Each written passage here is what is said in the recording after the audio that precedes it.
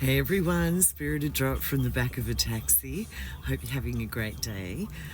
Just finished a fantastic recording session in the studio. I did the sting for the next season of my podcast, The Modern Crone, and another very beautiful Hecatean track for a course that I'll be offering. I don't know when, maybe later in the year.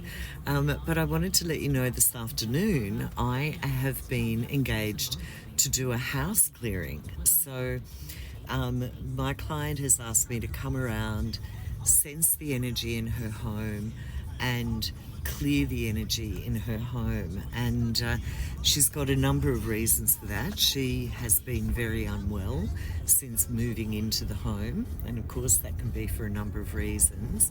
She has had art and photographs that have been secured to the walls dropping off at random times.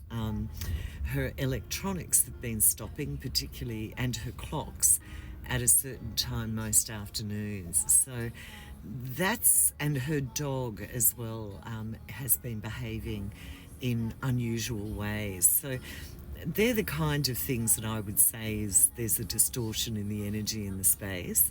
But what causes that? So there's so many theories about this, and I've got a number of my own too, and this is how I approach it. So the usual reason that I found in my observation from clearing a lot of spaces over the years is that it's usually an accumulation of psychic energy. So even though there's phenomenon happening like stuff falling off walls and clocks stopping, that can be caused by a build-up of psychic energy.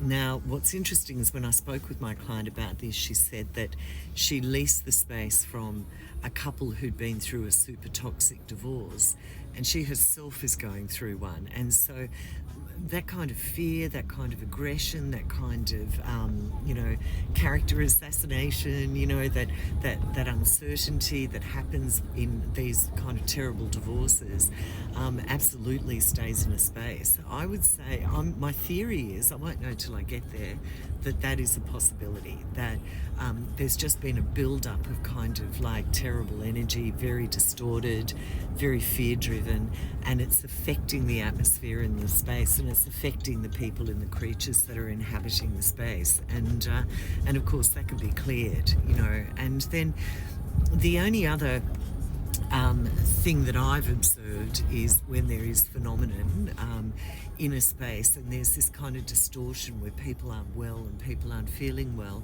is if there is some form of an entity in the space, but that would only happen if ritual has been performed there and entities have been invoked, and that can also be locked down and banished and cleared away too. But my feeling is that what I'm walking into is an accumulation of sad, angry, fearful psychic energy, and it's a good reminder, I guess, that spaces do hold psychic energy, and we feel this when we walk into a temple where pilgrims have gone over the years, or in a cemetery where people have grieved and said prayers for their ancestors. There's definitely a palpable frequency within there, and this happens within homes as well. And when it's a distorted, slightly chaotic energy, then it can really badly affect the people that are in there.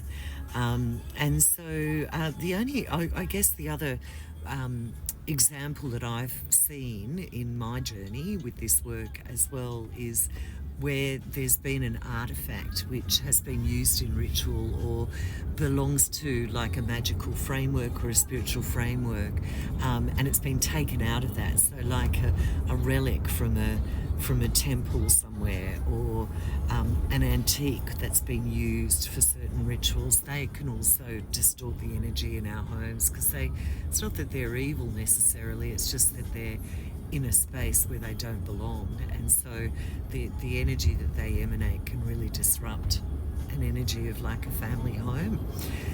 Anyway, I hope that's got you thinking. So that's an interesting assignment for a Tuesday afternoon, and I'd love to hear your theories and your experiences on this, but I'll keep you posted on how it goes. Okay everyone, bye.